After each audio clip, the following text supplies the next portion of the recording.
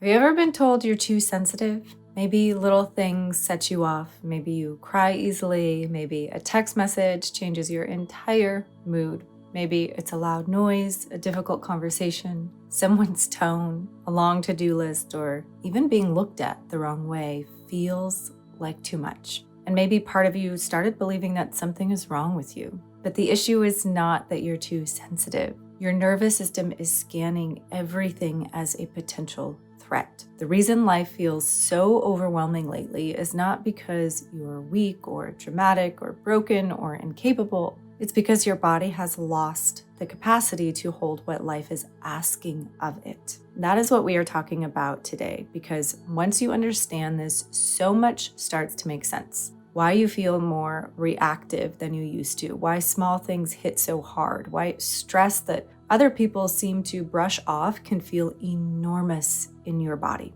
And most importantly, what actually helps. I'm Danielle Rubio, creator of the Soma Lumos method, and I help the cycle breakers of the world regulate their nervous system so they can finally move out of anxiety, chronic stress, and survival mode and come back to steadiness, clarity, and ease. And if you've been silently wondering, why can't I handle things the way I used to, stay with me, because by the end of this video, I'm going to show you what sensitivity often really is and why your capacity shrinks in a stressful system and what begins to change that. So most people think sensitivity is a personality trait, a flaw. They think it means you're just emotional, you are too affected, or too fragile for the world. But a lot of what gets labeled as sensitivity is actually nervous system overload. When your nervous system has been under prolonged stress, it starts organizing the world through the lens of protection.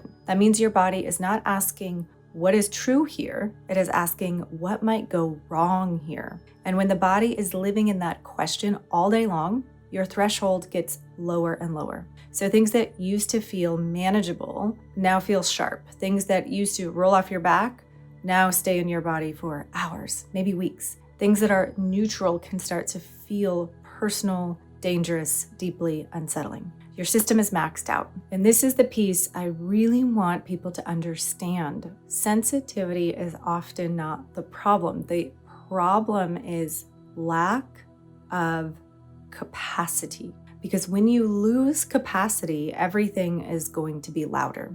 Emotions are louder, stress gets louder, other people's energy gets louder, people's conflict gets louder. Your own thoughts are literally screaming at this point, and everyday life becomes really noisy, really chaotic. And if you've been in this for a while, you may not even realize how much your body is bracing until one more thing is added, and suddenly you feel like you're unraveling over something so small. But it was never just that one thing. It was the accumulated load your system has been carrying. So let's make this really practical. If your nervous system is in an alarm state all the time, you might notice things like this. You might notice irritated more easily. You get overwhelmed by noise, demands, interruptions. You shut down after social interactions. You overthink people's words and facial expressions. You feel like you need more recovery time than everyone else. You cry more easily, or you snap more quickly. You feel exhausted by simple things. You want connection, but people also feel like they're too much. And here's the key.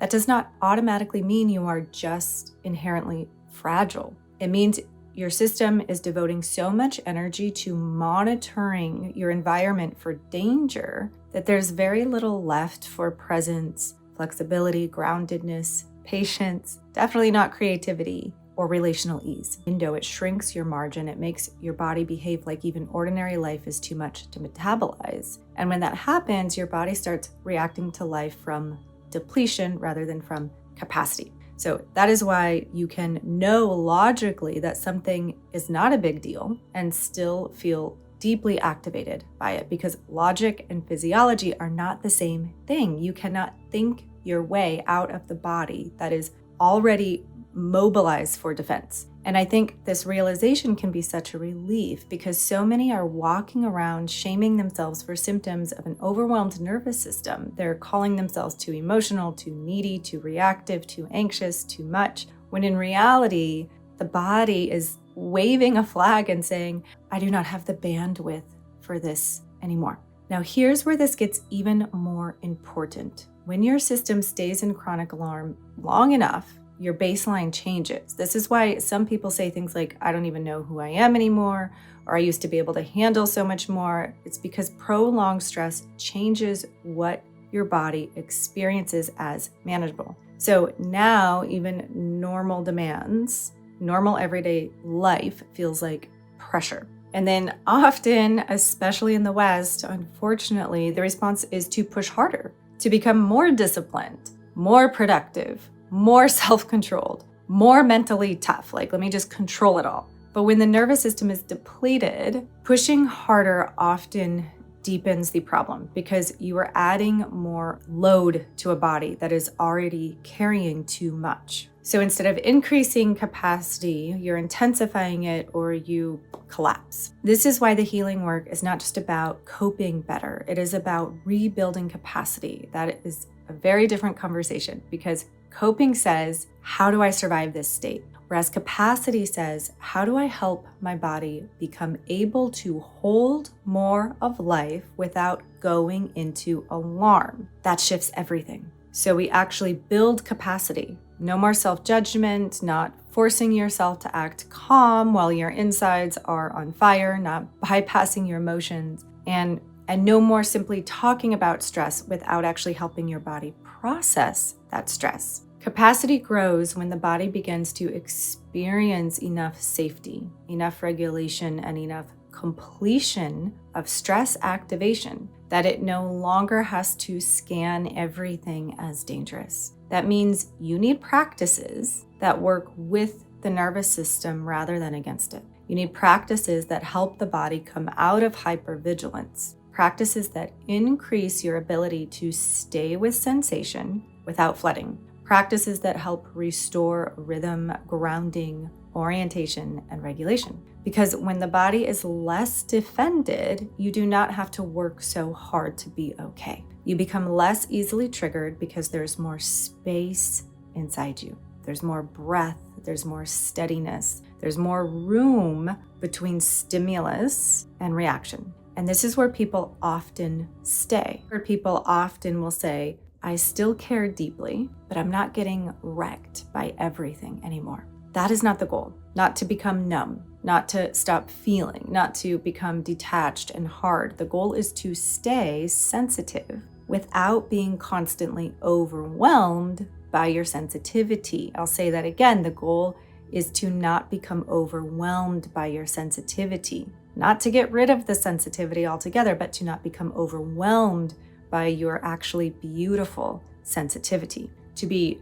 deeply feeling and deeply resourced, to be open, to be compassionate but not collapsing, to be responsive instead of reactive. That is a different kind of strength. And I want to say something here for the women who have, for the women who have always felt a lot. You may indeed be naturally perceptive. You may notice subtlety that other people don't notice. You may feel energy. You may be intuitive. You may have a body that takes in a lot, but natural sensitivity becomes suffering when it is paired with a dysregulated nervous system. That combination can make the world feel unbearable. So the answer is not to shame your sensitivity out of yourself. It is to support the system that carries it. That is how sensitivity becomes a wisdom instead of overwhelm. That is how your intuition gets clear too, because when your body is constantly bracing, it's very hard to discern what is actual intuition and what is fear. A dysregulated nervous system confuses urgency with truth. But in a more regulated system, we can feel what's out there without immediately spiraling around it. That is one of the biggest shifts my clients experience. They become less hijacked by everything external and more able to hear their own inner compass. And in the world that's so noisy right now, this matters. I cannot stress this enough. Right now, with how crazy the world is, this matters utmost. So if you've been calling yourself sensitive, I want you to consider something different. Maybe you are not too sensitive. Maybe your nervous system is overprotective because it has been under too much for too long. Maybe your body does not need more criticism. Maybe it needs support. Maybe what you're calling weakness is actually a sign that your nervous system has been trying very hard to keep you safe. And maybe the next chapter is not about becoming less feeling. I can guarantee you it's not. It's about becoming more regulated, more resourced, more able to hold your life. Because when capacity returns, your life is going to change. You're going to think more clearly. You're going to recover faster. You're going to stop spiraling. You're going to feel less at the mercy of other people's moods or life challenges. You're going to have more access to your pleasure, to your discernment, to your peace. That's not any small thing. That's monumental. If this resonated and you're realizing your system has been stuck in survival mode, I created a course for exactly this. It's a neuroscience-informed course blending somatic practices and ancient mindfulness to help you calm anxiety, come out of chronic stress patterns, and begin building the kind of nervous system capacity that changes how you experience your entire life. This is all go at your own pace with lifetime access, so you can do this when it fits into your busy life. So if you're ready to stop white-knuckling your way through overwhelm, through your fear, and start creating real steadiness from the inside out, steadiness that this world needs so badly right now, then check out Rewire to Rise in the description below. It's a 7-hour plus neuroscience-backed course training to train you how to be in this ever-changing world and still keep your peace. It's accessible to everybody. And if this video spoke to you, leave me a comment and tell me what landed for you. I would really, really love to hear from you.